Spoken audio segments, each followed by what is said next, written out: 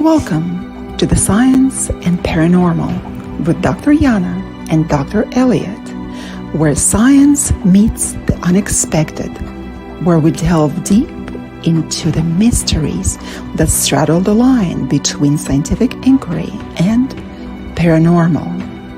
Get ready for a mind-altering journey as we embark on this phenomenal discovery together on United Public Radio Network 107.7 FM.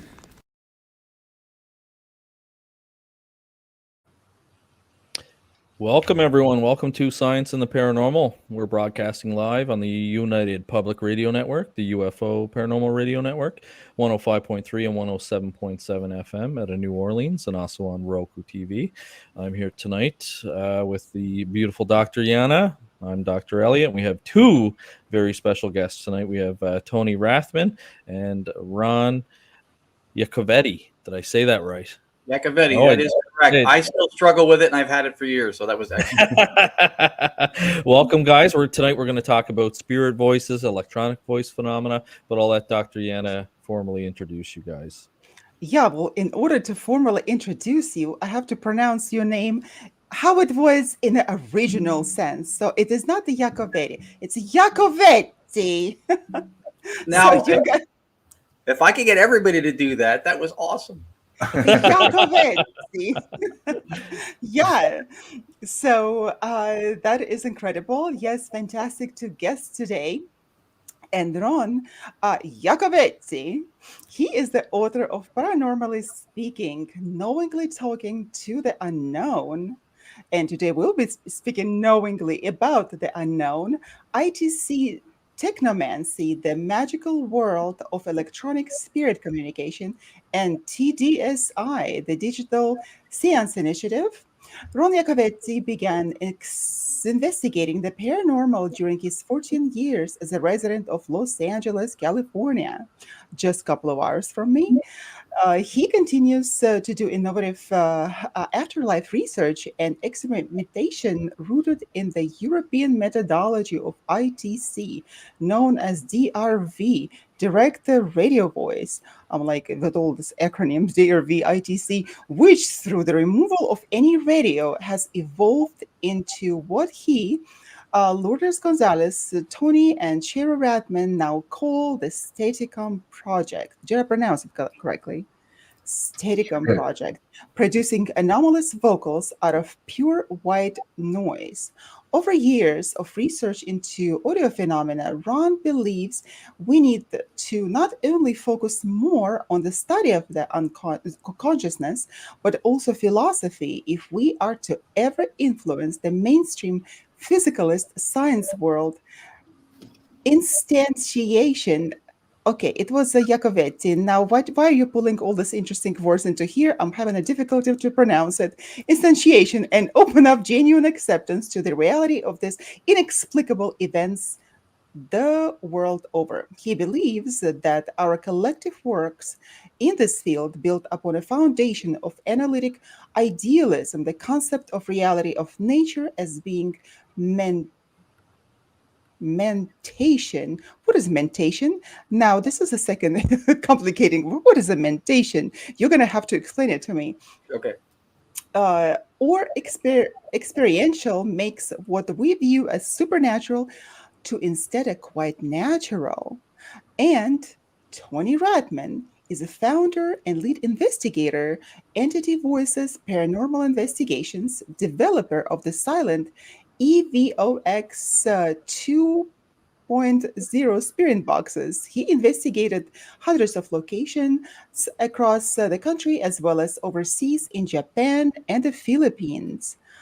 EVP ITC Specialist researcher currently developing Staticom, the newest method of spirit communication, based on the 40 years of work from Fredrich Jurgenson and Marcello Bacci. The Rathmans continue to evolve and refine Staticom techniques for both longer, clearer, and more understandable communication. When the actual radio was removed from the process, the term DRV, or direct radio voice, was changed to Staticom, which now produces two-way communication using only broadband white noise. This is so interesting and a mouthful of words and noises, all kinds of noises that I. So, what is that the word now, Ron? Which one was it? Mentation, or being mentation or experiential. What's mentation? Mentation is mental processes, thought. The concept behind analytic idealism is that reality, ontologically, is mental processes, not mine or yours, but mentation just in general, mental processes. So experiential. Yes. Mentation or experiential. Okay, that makes sense. This is so very interesting. How did you, gentlemen, began your interest in this field? What happened to you? Well, mine got started because of my wife. My father was a physics, chemistry professor. And, you know, everything I asked as a kid, Dad, why is the sky blue? Well, it's because the sunlight hits water vapor. Blue is the most reflective color, so that's why the sky looks blue. Never spirits, never ghosts, none of that. My wife got me into it, tricked me on a Valentine's Day. She said she wanted to do something different. I said, okay, what do you want to do? She goes, I want to go ghost hunting. And I was like, oh, uh-oh. Well, I had two choices, take her or have her mad at me until next Valentine. So I took her. She had a great time, but when she got the stuff home and started going through it, there were things in pictures that weren't there when we took them. But the main thing that caught my attention was EVP. There were voices responding to the questions we asked. We were the only two there. Should not have been happening, but yet we were getting answers. And I was absolutely fascinated by that. So we started out with EVPs. We did that for a couple of years. Then we got into spirit boxes and ITC. Then we started building them. We built spirit boxes for about 12 years until Ron and Lourdes showed us something called direct radio voice, which I'll let him explain. And that kind of led up to where we are today with making the Staticom project. Interesting. So Ron, how did you end up getting involved with this and building upon what Tony just spoke about? So I got started. I did live in Los Angeles for 14 years. I'm in New Jersey now, where I'm originally from. And during that time out there, I got involved with paranormal investigating, like a lot of people these days do. I was immediately bitten by the bug of communication. Of course, EVP is so interesting every time it happens. But I was at the Glen Tavern Inn in Santa Paula, California, with 30-something people on the top floor, and they were doing a Spirit Box SB7 session, which to me was completely foreign. And I watched everybody introduce himself, and it finished with, I don't know if the actor Chad Lindbergh, he was in the Fast and Furious movies. He did a paranormal show with John L. Tenney, and he introduces himself last. He goes, and hi, I'm Chad. And 15, 20 seconds or so afterwards, a voice came out of that, completely jumping above the static sweep, and it went, I know Chad. And I was like, what is this racket, and how do I get involved? What is he holding? And it was fascinating to me that something in real time responded and said his name. Radio reception or not, the timing and relevance of that was uncanny. So I was immediately interested in that. Tony's EVOX 2.0, you mentioned in the beginning that in his intro that he built, they were some of the best ghost boxes I've ever seen because they ran completely silent unless vocals did come out. So I love that idea. And ITC, or instrumental transcommunication, was really defined over the last 20-something years by people who built ghost boxes or spirit boxes. That became what I call the Q-tip of the paranormal, because the Q-tip is actually a cotton swab, but that method became synonymous with the ghost box. So now when people think ITC, they think sweeping ghost box. And I don't have the skills that Tony does. He just built a car the other week, for crying out loud. I can't build things. If I was soldering things weekly, I would be high-fiving people with fewer fingers. So I don't. But I wanted to contribute to this area of study. It was fascinating. And I came across, from Europe, direct radio voice, or DRV. Marcello Bacci, who you mentioned in my bio, most famous for doing it. He didn't create it. Fredrich Jurgenson is the pioneer or the father of direct radio voice.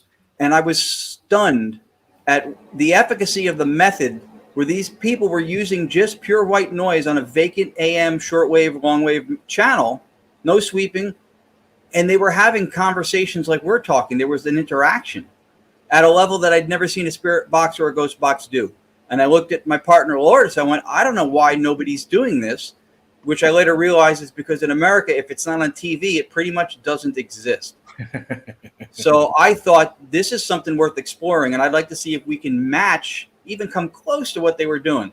So we started doing it. We did heterodyning frequencies, blending, mixing boards, tone generators, tried everything.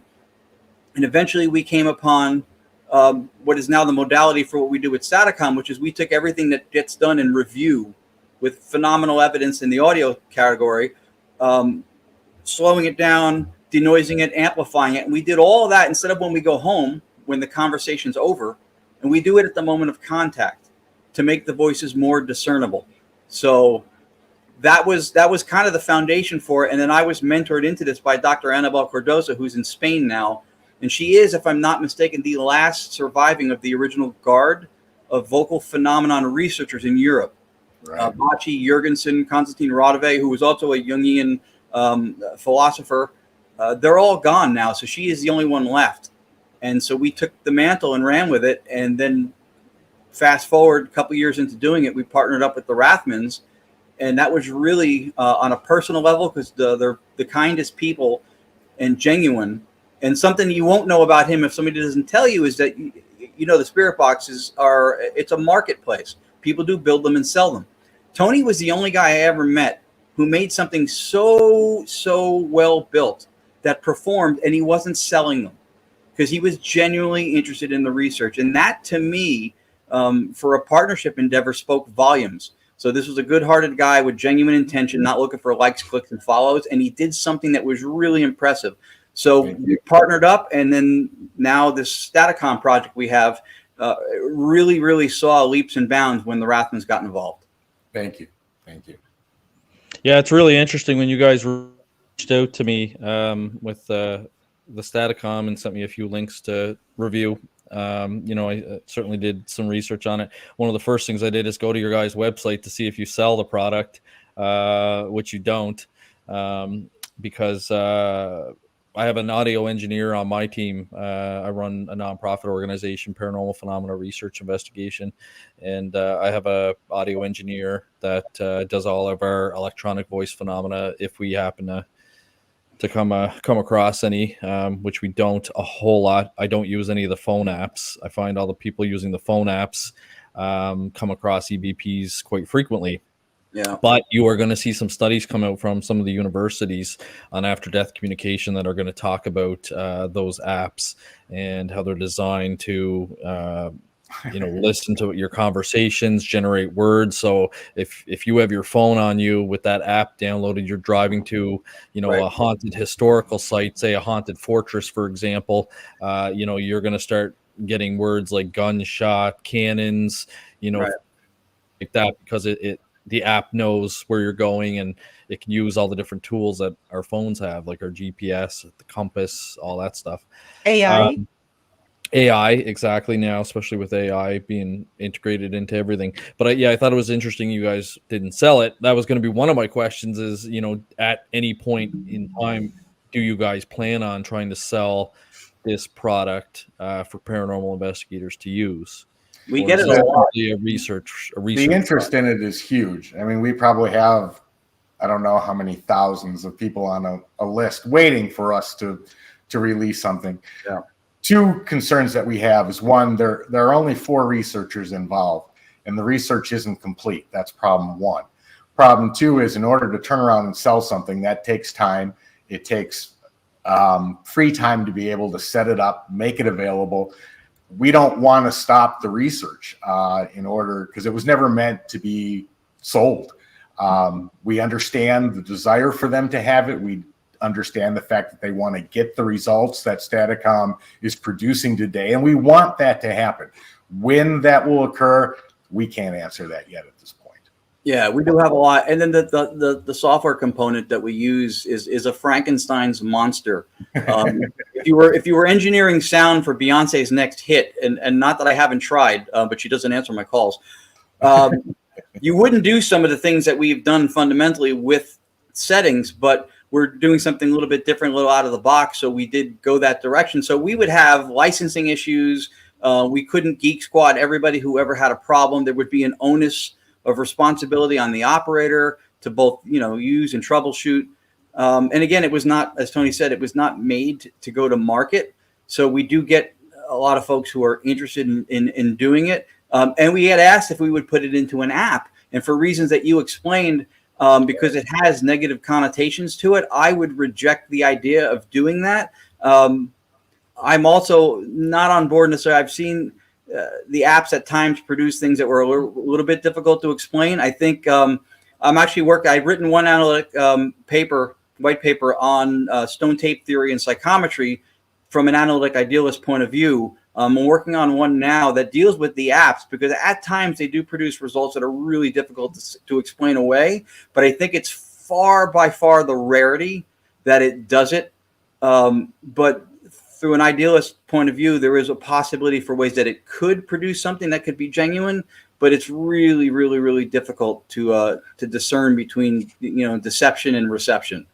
The processing power of a phone would never be able to handle what Staticom does. I mean, we're running the top of the line as far as processor speeds, RAM, all the configuration to get Staticom to function the way we wanted it to.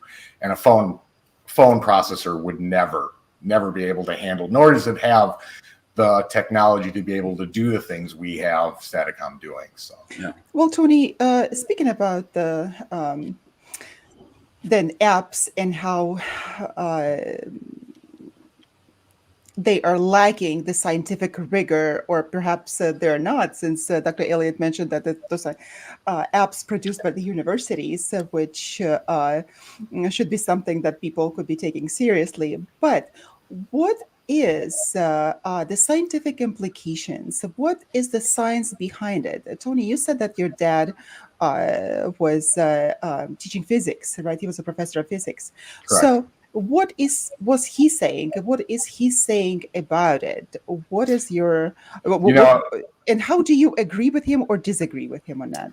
Excellent question. For years, that's an excellent question. The toughest questions I've ever had to answer in regards to when I started going down the ITC route, when he started seeing me trying to have communications, some of the toughest questions I had to answer in any podcast or anywhere else came from my father. And so it was a great learning experience, though, knowing what he was throwing at me, knowing where the philosophy behind materialistic science was coming from, where he was basing his information on versus where I was basing mine on. But the best part about it was that over the years and him watching the progress we've made from straight EVP to the different Spirit boxes that we built up to the EVOX 2.0, he was quite enamored by what that thing could produce. But when we got into DRV and now Staticom, he's completely swung his entire outlook on how interested in. When I started talking about how we believe Staticom's working, and I was speaking to him about stochastic resonance, he's like, wait, what did you say? And the fact that I was using terminology that he clearly understood, that swayed his opinion, and he's had a change of heart, I think, about what it is. So if what are the laws of physics behind this white noise if you remove then the radio aspect of it, when people used to claim before that they could hear the voices over certain frequencies, so FM or AM. But so what is the science behind the white noise? Why, in your opinion, you are more successful on getting the voices through white noise rather than through radio signals, through radio frequencies? The reason for that is the philosophy behind how a Spirit box works. A Spirit box will scan at various speeds, forward or reverse, up and down the dial of the radio. So you're literally going, let's say, at 100 milliseconds, scanning through multiple stations. The philosophy behind how it worked was that spirits would take those fragments of radio and rearrange them into their own sentences, which was fine. Does the spirit box work? Yeah.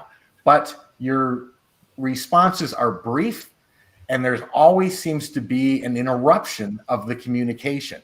Now, through various tests, one I'll let Ron explain because him and Lourdes did it, and another one that we tested told us we did not need radio at all. In fact, when it hit a radio station, the communication with spirit, because they were only using white noise, was interrupting the communication process. So, Ron, you want to tell a story about the mind, and then I'll tell the one about the sleep, and we'll get into how Staticom was born. Okay. Sure. I mean, so one of the things that we preach is that for a lot of people who flood into this field through influence from TV, media, the internet, is to look at what's already been done, what's worked, what hasn't worked, and why. And there's got to be a level of reverence for the people who did what you do before you did it. And so I looked at a lot of that, and direct radio voice seemed to be the most efficient that I had seen done. And it was from a vacant radio station. So that, to me, was fascinating. I think the idea that the ghost box modality operates under, like Tony mentioned, has a lot of, it lacks empirical adequacy, because it's got the idea that they're putting words together through fragmentation of sounds, allophones and phonemes from the radio sweep.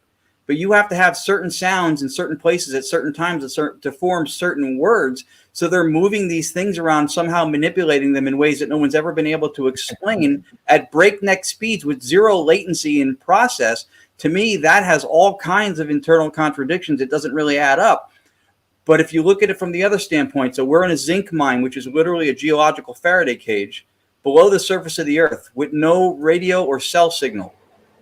And we were doing direct radio voice, and we got voices, responses, swearing at us, naming people.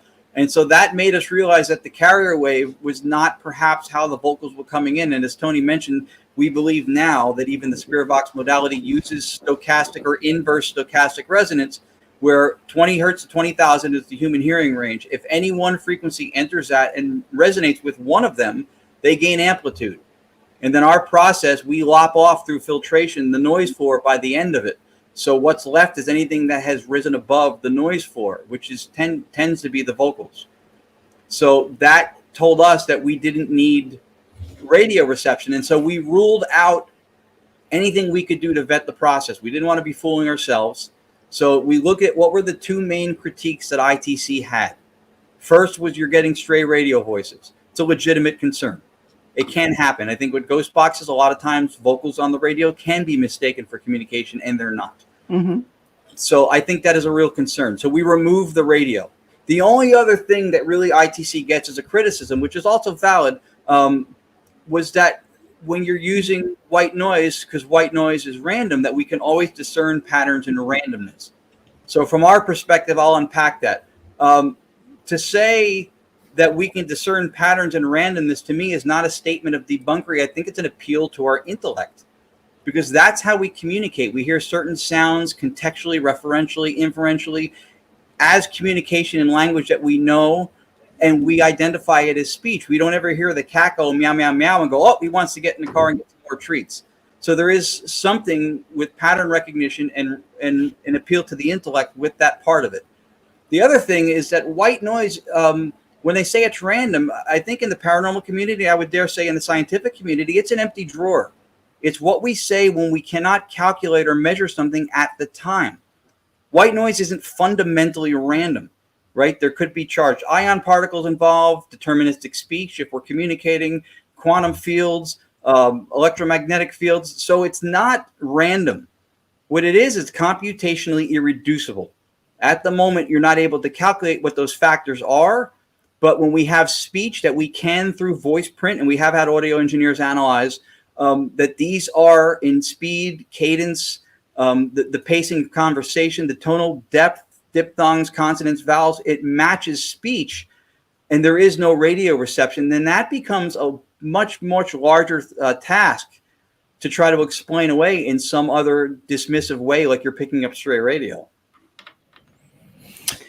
I like that you cover. We have a question, and I'll ask you it here in a second. But I do like that you covered off a few different things here, because you covered off which is that, like you said, our brains are designed to interpret things and make sense of things. It's a survival mechanism, so we do it both visually and also auditory, which is one criticism about electronic voice phenomena. I like that you covered that off. I do also like that you talked about the Spirit box and how I bought a SB Spirit Box 11 for my organization just to try it out. And of course, I don't use it. I find it extremely loud. It's really annoying for my audio engineer to sit there and try and actually like listen to the audio recording and see if there's an EVP in there.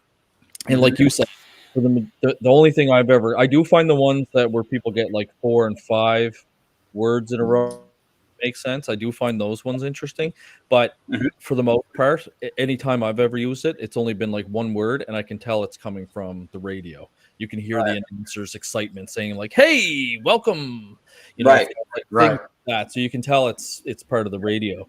Now there are two other kind of explanations for EVP as well. One is that it's trying to make communication with us, which is what we all hope it is.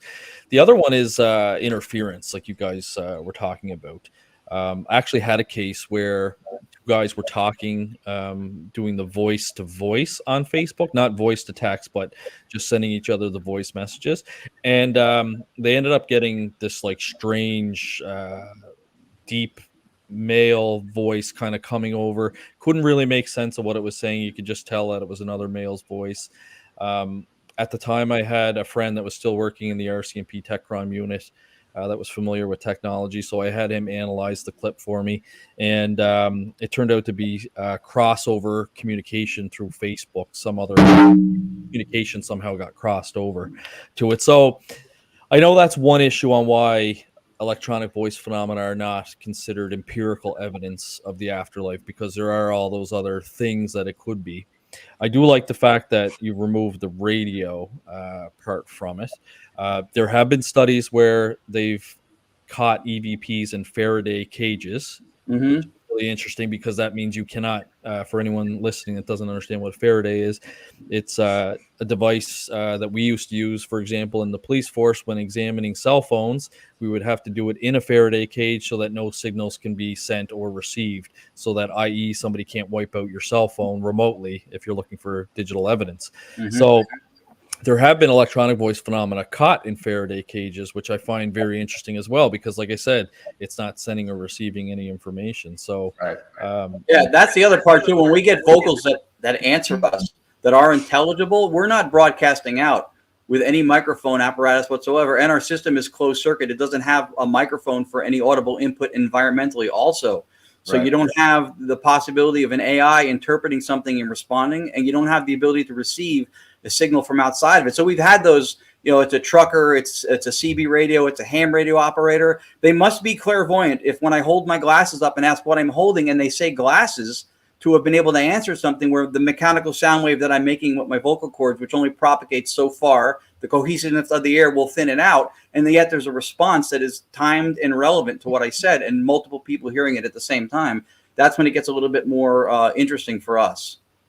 Well, so interesting that, speaking about the voice boxes, meaning that the actual voice box that we have, I know that you worked also in Japan and Philippines. So would they receive communication in their own language? Or did they get any communication in English while they were working in Japan or Philippines? Well, we were investigating there, but yes, we received EVPs in English, Tagalog, Japanese, and Latin. Where? At the Diplomat Hotel in Baguio City. And where is that? It's in the northern part of north of Manila, but it's a well-known haunted location. My wife and I got permission to go in there. We had to have the governor give us written permission, because they didn't want people in there at night, but we got permission to go in, spend the night there. All those EVPs are listed on our YouTube channel. They can be watched. But like I said, we got English, Luckily, my wife speaks English, Japanese, and Tagalog, so we could get, it was the Latin one that we didn't know what was being said, so we had to analyze. They told us what was being said, and the funny part was that it actually did, with timing and relevance, answer the question that was asked, just not in the language we were able to decipher at that point. And in the United States, what languages did you get? Usually in the United States, we will get Tagalog because my wife can speak it. I don't think we've ever gotten Japanese, but I mean, we've had people come up to during a TDSI or the Digital Seance Initiative where we run Staticom live in front of an audience. Then we let them ask questions. We had a gentleman come up. I don't know if he was being sincere. I don't know if he was trying to see what would happen or how we'd handle it. But he came up and he asked a question in his Native American language. And the answer he got through Staticom, we didn't even know he got his answer, but was in the language he asked. And his face just dropped back. And we're like, did you get an answer? He goes, yeah, in my language. So it was. Well, this is fascinating. Do you have your equipment now? Maybe we could do a little experiment. You mean live? Live, right. And I could be asking questions in different languages and see what it comes can through. be done. The problem, StreamYard is the best source to do it from, but it requires a whole nother computer setup to have Staticom interface with what we're doing. But can it be done? Yes, it can. So interesting. Perhaps we can schedule another time and actually do that in the live stream. So that's so interesting. It can be Dr. done. Elliott will be asking all sorts of questions. Oh, I probably will. Yeah, I I do have a couple of clips that I'm going to try and play tonight. Tony and Ron had sent me a couple of clips, so I picked out two short ones that we can. I'll try and play. Got a question for you. But first, you're listening to Science and Paranormal, and we're broadcasting live on the United Public Radio Network, the UFO Paranormal Radio Network, 105.3 and 107.7 FM in New Orleans, and also on Roku TV. One of our guests, Thomas Donahue, asked a question. He said, have either of you guys seen better results or communications when people who claim to have abilities interact during a session? And then he says, Ron, he knows that you had an interesting session in Plymouth, Massachusetts that he saw. Yeah, we've worked with mediums before, which we found is cross-validation, almost like the old cross-correspondences that were done in early EVP work.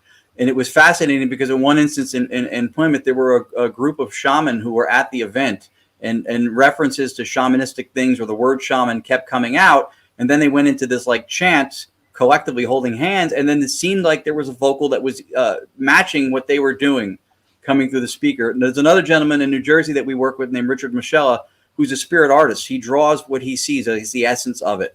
So during one of these digital seance events, when we're running Staticom, he will sit with a sketch pad and draw what he perceives spiritually. And he's turned the sketch pad to the audience before, and people will identify that as someone in their family they lost. They'll tell you who it was, and then it will match, it will correlate to information that we got running Staticom with regard to either the name, the occupation, the cause of death. So to link those things up for us was fascinating. But we have had instances like that were pretty inexplicable. The glasses explanation that I mentioned before, since I know you have a background in law enforcement, I did that in front of 3 police officers at an event in Morristown, New Jersey. And I was hoping to God I wasn't going to look like an idiot in front of the police department. But I said, what am I holding? And sure enough, a voice said glasses, and all 3 of them just stepped back and pointed. You know, one clarification point, though, we've done the same thing, work with mediums. If the medium truly has the abilities they claim to have, it is a nice matchup.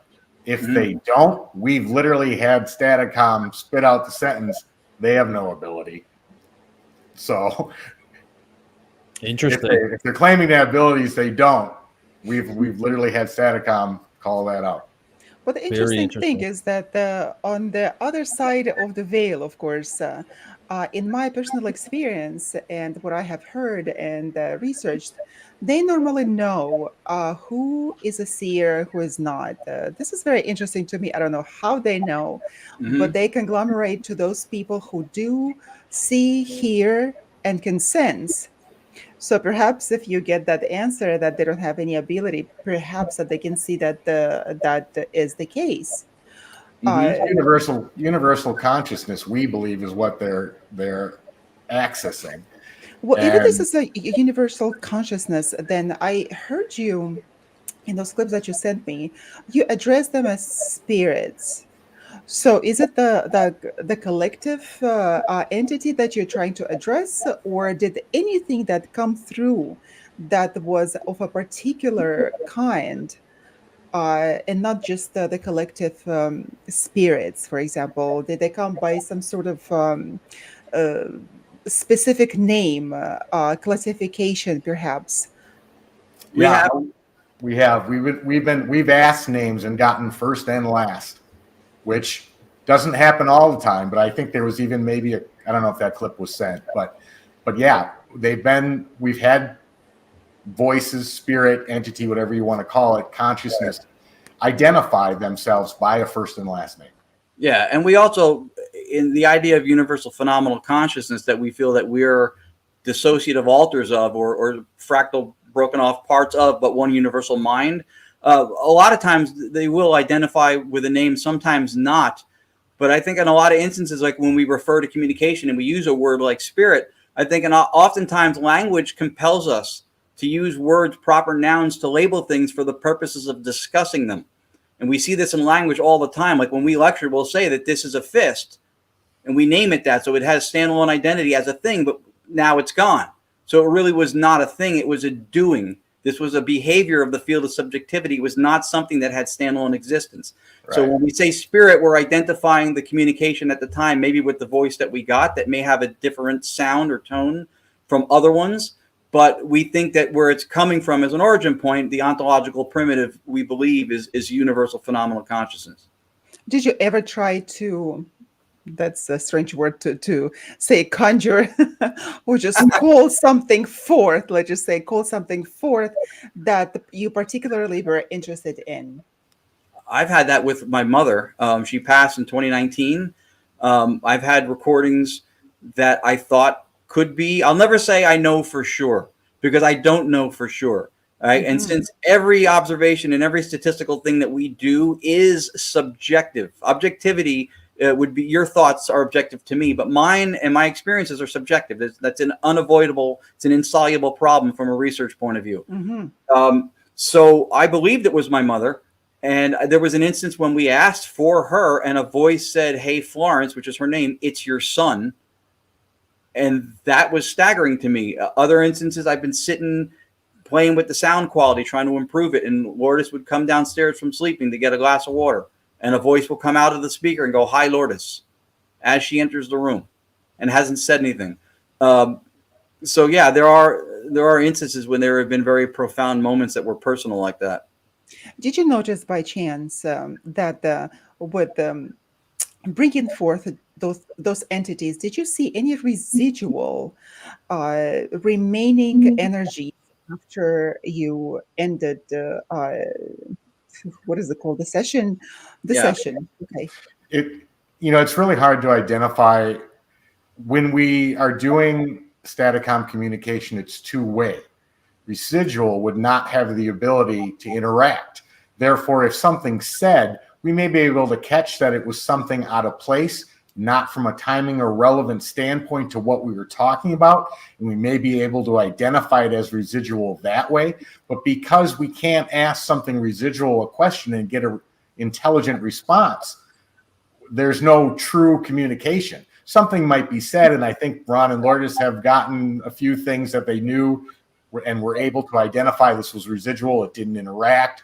There was no intelligence behind it. It was some randomly stated statement that came out of nowhere. And I think, if I remember correctly, Lourdes said it even started over right after a while. I can't remember correctly. But the problem with identifying residual is that there's no interaction. There's no two-way communication. So if something is said, we'd have to literally go through reviewing it with that aspect that we're looking for something that was said that didn't make any sense to what we were talking about. And just to clarify too, because I wasn't sure, to be honest, if Dr. Yana was speaking to residual evidence as far as hearing something, or residual energy post energies. Right, Post-session energies. effect. Okay. Post session, because there will be, you will shut down your equipment, and then if you sensed any energies that were still remaining in a room. We have not. I've not had that experience of any post session energy. I think it's a great question because how people understand the possibilities of how this might happen leaves it open to that kind of a thing. We won't, just from to give you an idea from our perspective with Staticom, we will not, on the strength of anomalous voices, deem any location haunted because it's not enough of a criterion to do so, and we can get them anywhere. That's very interesting and very, very valid point. Yeah, no, I like that point. I also like the other point that you mentioned too, that when you're talking to somebody, you said that, I assume that they are who they say they are, because a lot of mediums will actually say that as well. They're not 100% sure who they're talking to.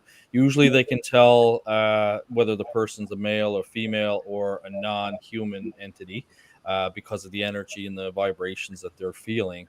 But they're also relying on the information that they're receiving from the other side to be truthful.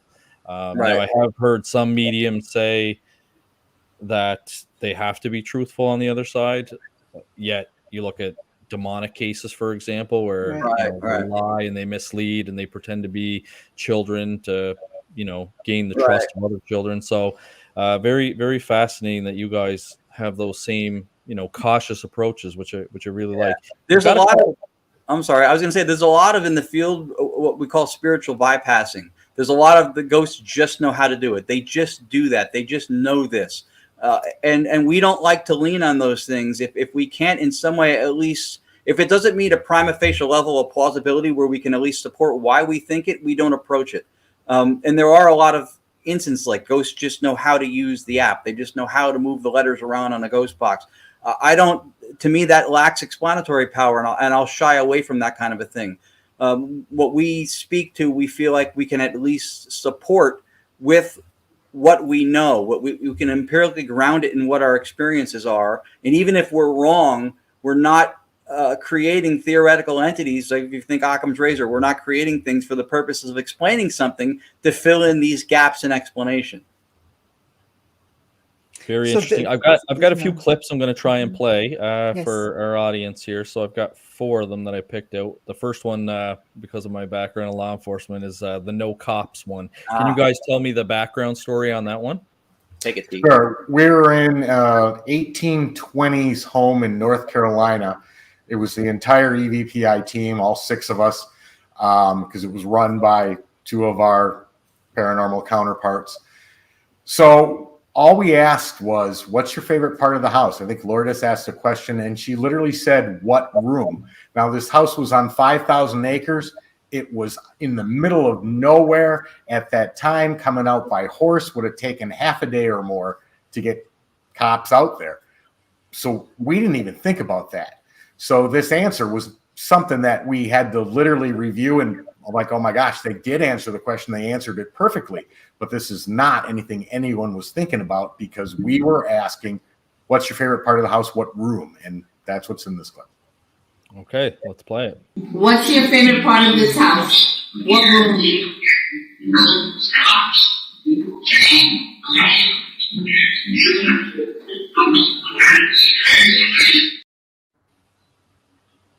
Very fascinating. The next clip that I picked out was called "Energy of Your Mind." What's the background story of that? I find that clip very interesting as well. Well, I have been fascinated. Like Ron said, we don't broadcast our voice. It's not going out. Signal's not being transmitted anyway. I'm speaking as I'm speaking right now, but without mics, without cameras, just in my house. The next thing to think about was when I'm speaking, I'm creating vocal sound waves, which travel in the atmosphere, and then human ears have follicles which pick up those waves, vibrate, that signal gets transmitted to the brain reinterprets it as speech, and it's heard. If a spirit is supposedly energy and they don't have ears, how do they hear me speak? That's what I wanted to know. That's what I ask, and you'll hear the response. Mm-hmm. Let's play How it. do you hear me speak?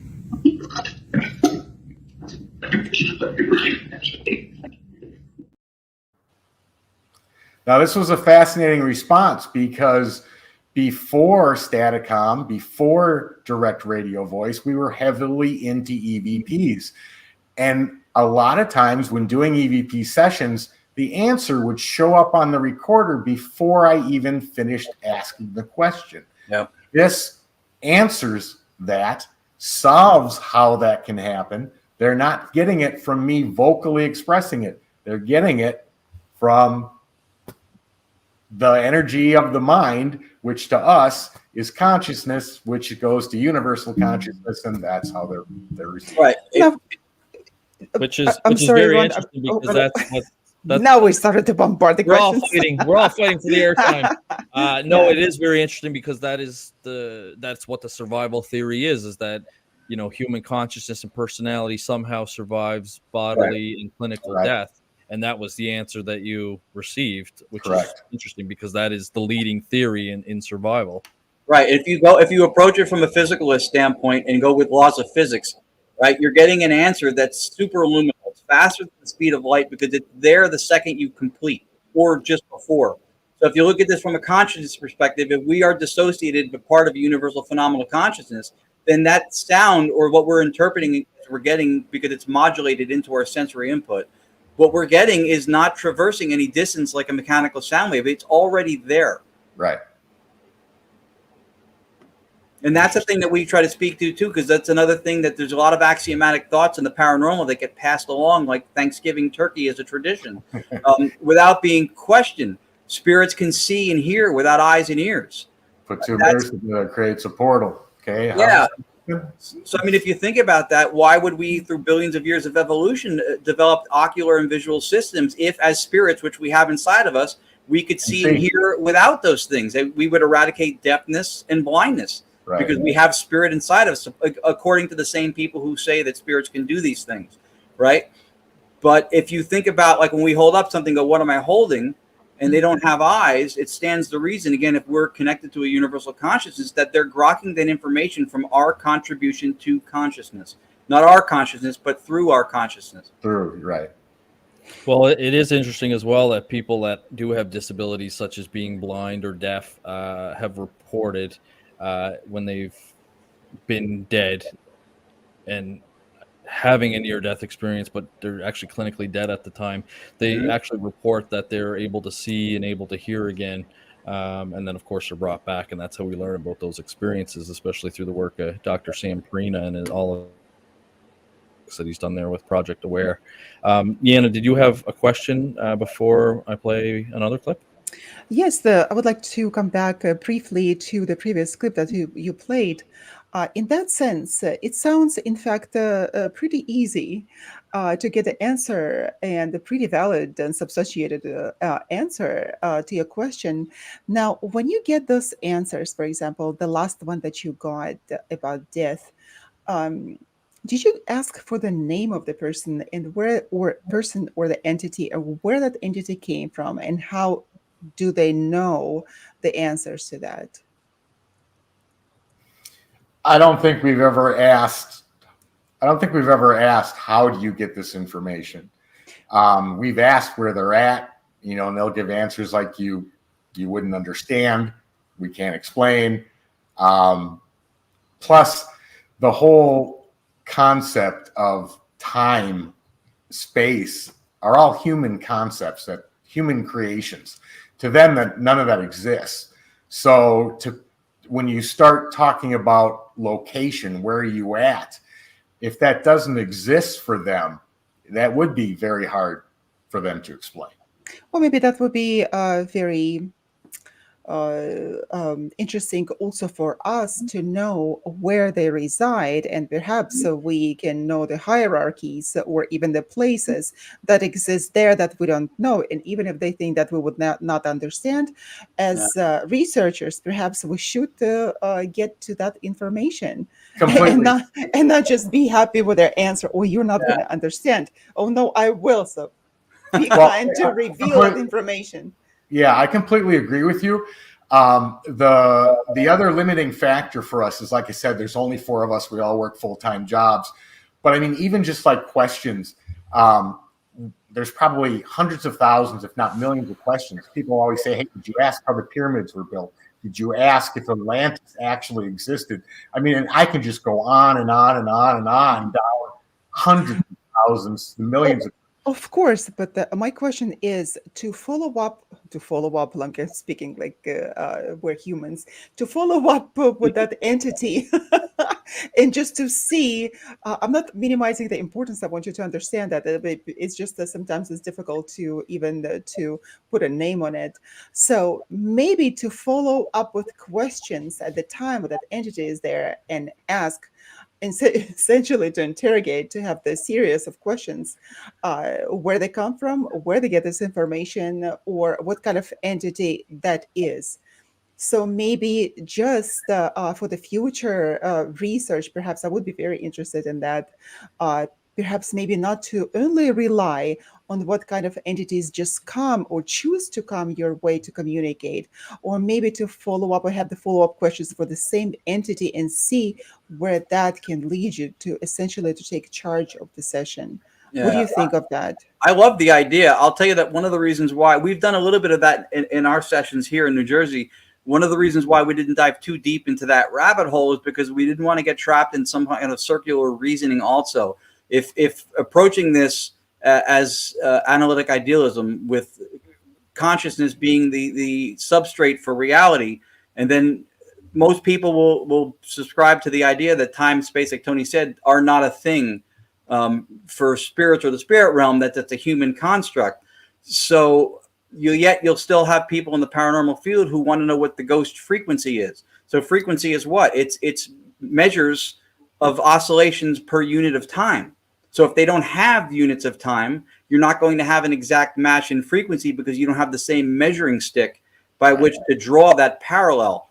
True, but at the same time, they come to talk not to those entities that are equal to themselves. They come to talk to you, which you don't have, of course, what they say that you will not understand, or the concept of time in which they exist.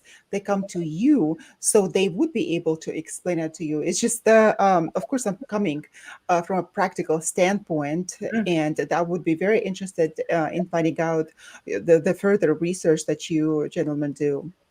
I love the idea. Yeah. That's very interesting too, because time, as we know it, is a man-made or human, construct. Right. Well, time is what? Time is the appearance of cognitive proximity, as is space. Right. So, and what is experience? Experiential is something that you have. Experience is something you have as a conscious entity, as a sentient being. So consciousness has to have primacy over space-time. Space-time is not the scaffolding upon which reality rests, because experience has to come before the thing that describes it. Right. It is an amazing concept. It's just fascinating. We're definitely going to have you guys back on the show again. So many more questions. The next clip, I think it's entitled "I Am Somebody Consciousness." What's the story behind that one?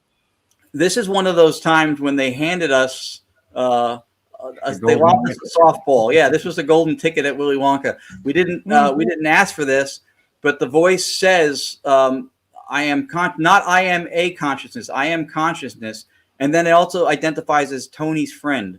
So I cannot tell you how many times Tony and or the word Rathman have come through here. If it happens anymore, I could probably put him on my taxes. If they could get an idea at the level that this happens. But this was interesting. And so it loops at the end. It only said it the one time, but it names somebody who I'm partners with in the research for one. That's very timed and relevant, especially relevance.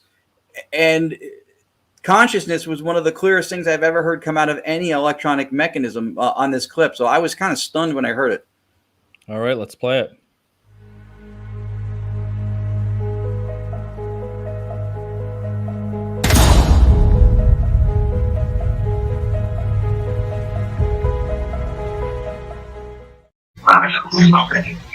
Consciousness will be very I have already life. Already. Consciousness will be very I have already life. Already. Consciousness.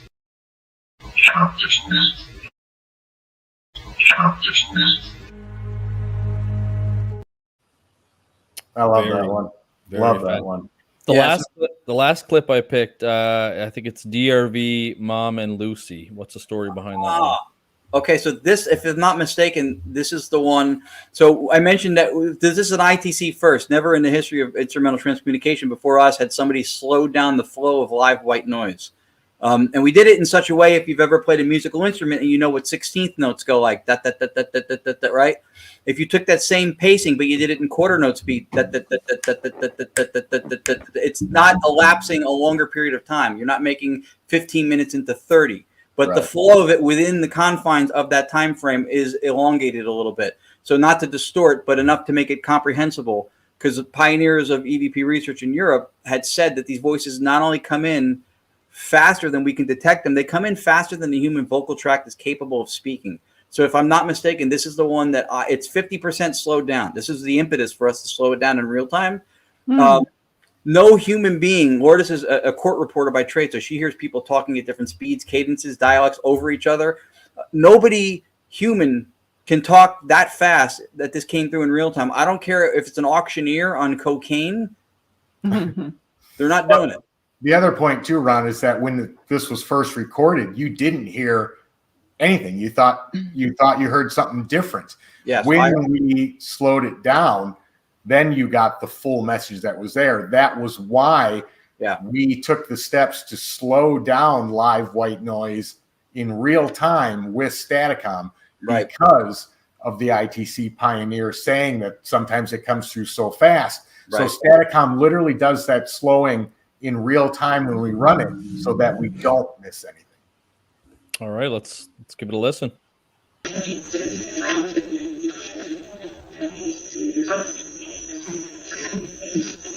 You know who I am?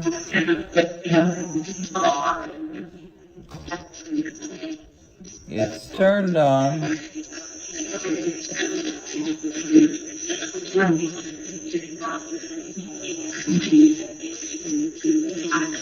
Is my mother gonna be here tonight?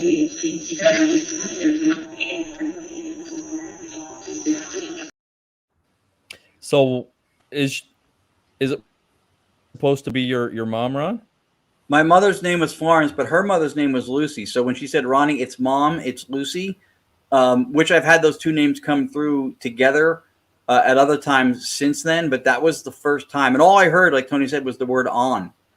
And then you hear me sounding intoxicated, which I assure you was not the case. Right. No, you could tell you had to slow it down. Yes. Yeah. Oh, yeah. But that was why, and this is what Tony mentioned, this is why it's important to have reverence and awareness of what people did before you, successfully or failingly, because that was when the light clicked in my head. I had read that and researched that a long time before. But all of a sudden, I get this voice that's slowed down, is completely enunciated clear, and I missed it. And I went, how much could we be missing in real time all the time because of the speed that the vocals seem to be coming in? Yeah, no, that's interesting. So we have a few minutes left. One question is, without giving away like your proprietary stuff, obviously, why do you have to? So do you guys always slow the white noise down or no? Yes. Okay, so you always slow it down.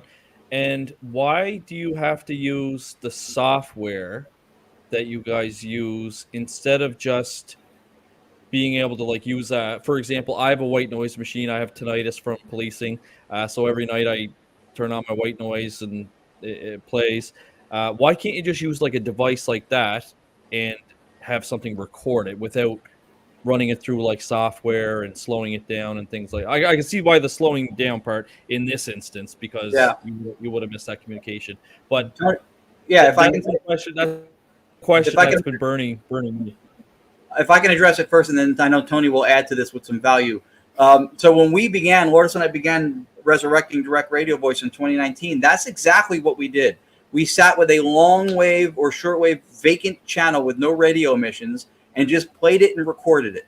And eventually we had gotten some EVPs from the audio support that the white noise would give through the resonance in the room. Then vocals started coming out of the radio. We have some captures that are extremely clear that had no software, no live filtration. We did this partly because a gentleman named Keith Clark from Varanormal.com had introduced Lourdes and I to the idea of filtration live.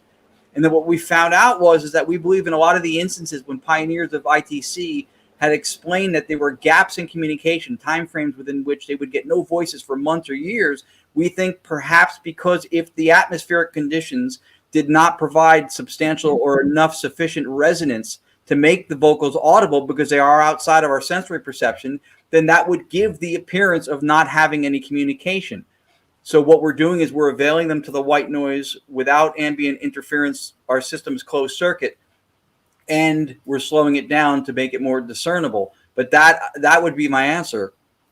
Yeah. So interesting, because that would be speaking about the white noise. Of course, on the radio, this is after the thunderstorm and lightning. This is normally the white noise appears on its own on the radio.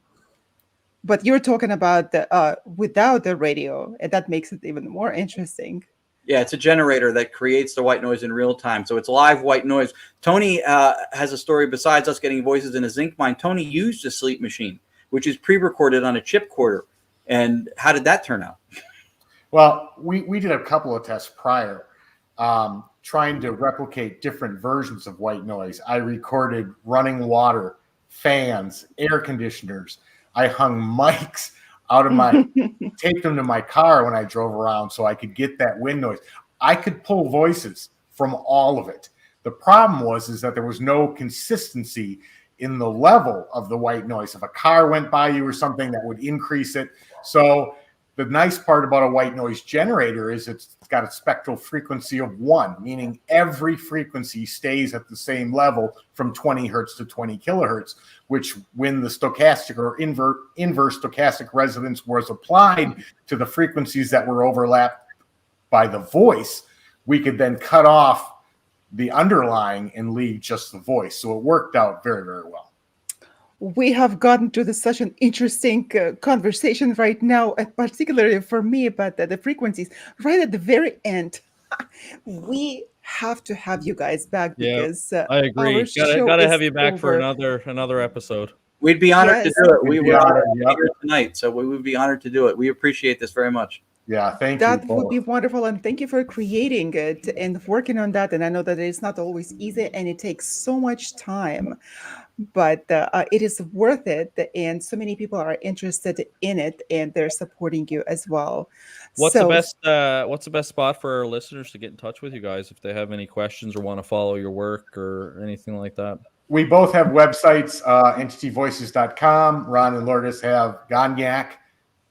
Paranormal.com. We can be found on Facebook, Ron Yacovetti, Tony Rathman. And then if they're looking for more evidence of what Staticom's been able to capture, we have, if you go to YouTube and just put in Staticom, you'll come right to the page with, I don't know how many hundreds of clips of evidence are on.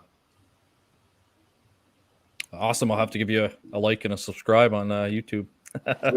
We appreciate it very much. We do. We do. Well, thank you very much, gentlemen. It was a pleasure. I'll be in touch with you guys and get you back on the show for sure. And sounds great. Thank you to all our listeners. You were listening to Science and the Paranormal, broadcasting live on the United Public Radio Network, the UFO Paranormal Radio Network, 105.3 and 107.7 FM out of New Orleans and also on. And we will see everybody next Tuesday. Next Tuesday. Have a good night, everyone. You Bye. too. Take care, guys. Good night. Thank you.